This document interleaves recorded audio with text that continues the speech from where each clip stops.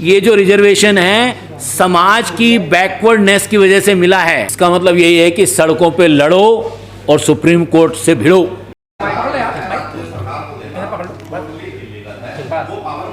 आगे हो जाओ थोड़े से और आगे यार बस यहाँ रखना बस चले। हाँ साला कोई हम बदल गए हैं क्या? सर, प्रधानमंत्री जी ने जब आश्वासन दे दिया है जो SC/ST रिजर्वेशन को लेकर सुप्रीम कोर्ट का फैसला आया कि लागू नहीं होगा, तो फिर तो आखिर इतनी बातें क्यों, भारत बंद क्यों? नहीं, प्रधानमंत्री जी ने कहाँ आश्वासन दिया है? क्या कहा है प्रधानमंत्री जी ने? उन्होंने कहा जैसे आरक्षण था वैसे ही रहेगा, कोई कुछ नहीं होगा उसमें। नहीं, वो ये क्यों नहीं कहते कि जो सुप्रीम कोर्ट के जजमेंट से पहले का आरक्षण जो है वो एज इट इज रहेगा? उन्होंने ये तो नहीं कहा। उन्होंने कहा क्रीमी लेयर लागू नहीं करेंगे।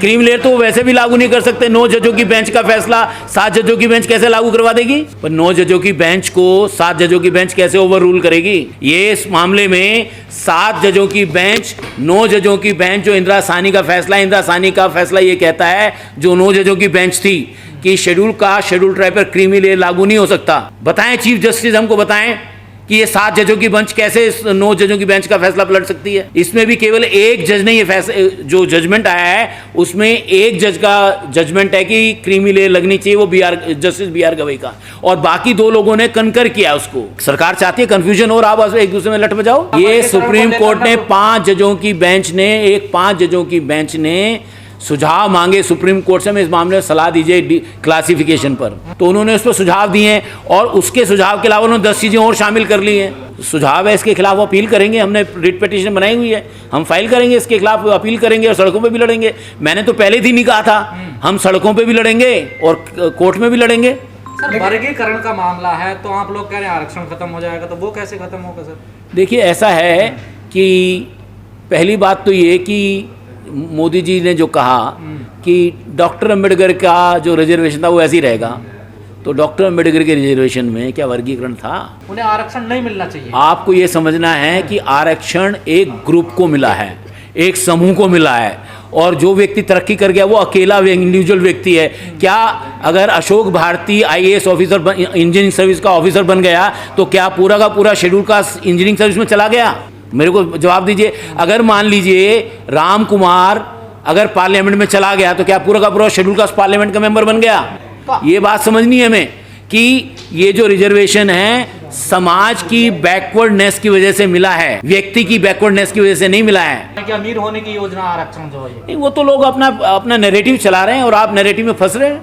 कांग्रेस का कोई स्टैंड क्लियर नहीं, मुझे लगता है कि बहुत सारे लोगों को अभी 565 पेज का डॉक्यूमेंट है, उन्होंने पढ़ा नहीं है। हमारे जैसा लोगों ने रात काले नहीं करते हैं, क्योंकि हमारे तो समाज का हित है, इसलिए हम रात को बैठकर अपने अपने सारे काले किए हमने।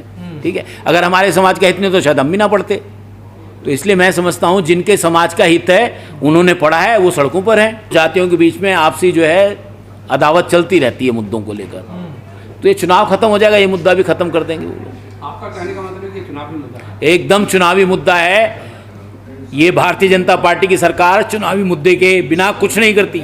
आर्गुमेंट फरवरी में हो गए, अगस्त में फैसला इसलिए दे रहे हैं क्योंकि चुनाव होने वाला, चुनाव कल डिक्लेयर हो गया ना हरियाणा में। ये कॉन्स्टिट्यूशन के एकदम खिलाफ है। इसका मतलब यही है कि सड़कों पे लड़ो और सुप्रीम कोर्ट से भिड़ो। क्या अपॉइंटमेंट चमार करते हैं? क्या अपॉइंटमेंट वाल्मीकि करते हैं?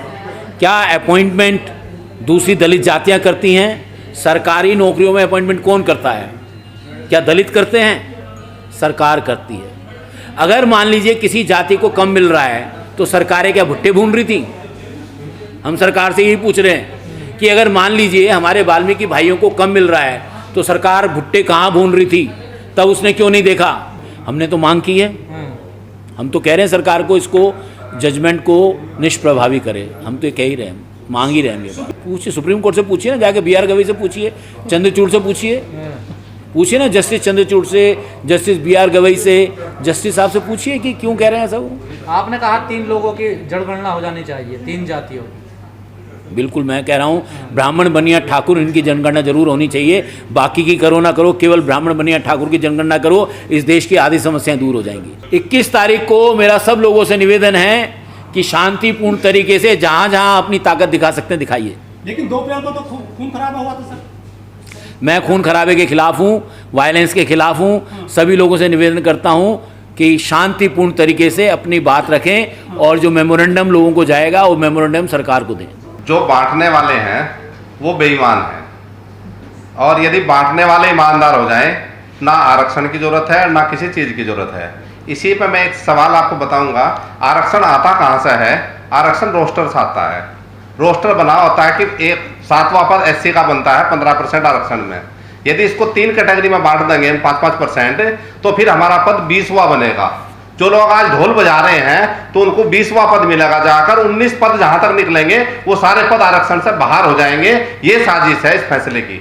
हिसाब से जो लोग सरकार में नहीं है उनको अगर हमें सरकार में लाना चाहते हैं तो प्रमुखता उनको लाने की मिलनी चाहिए। तो पहले जो रोस्टर सिस्टम था, मिसेस गांधी के समय में जो रोस्टर सिस्टम था, उसमें पहली पोजीशन शेड्यूल कास्ट को थी और चौथी पोजीशन शेड्यूल ट्राइब को थी। अब 7 positions non schedule caste, non schedule tribe को है और शेड्यूल कास्ट को पहली पोजीशन 7th है 7th। और आदिवासी को शायद 10वीं पोजीशन।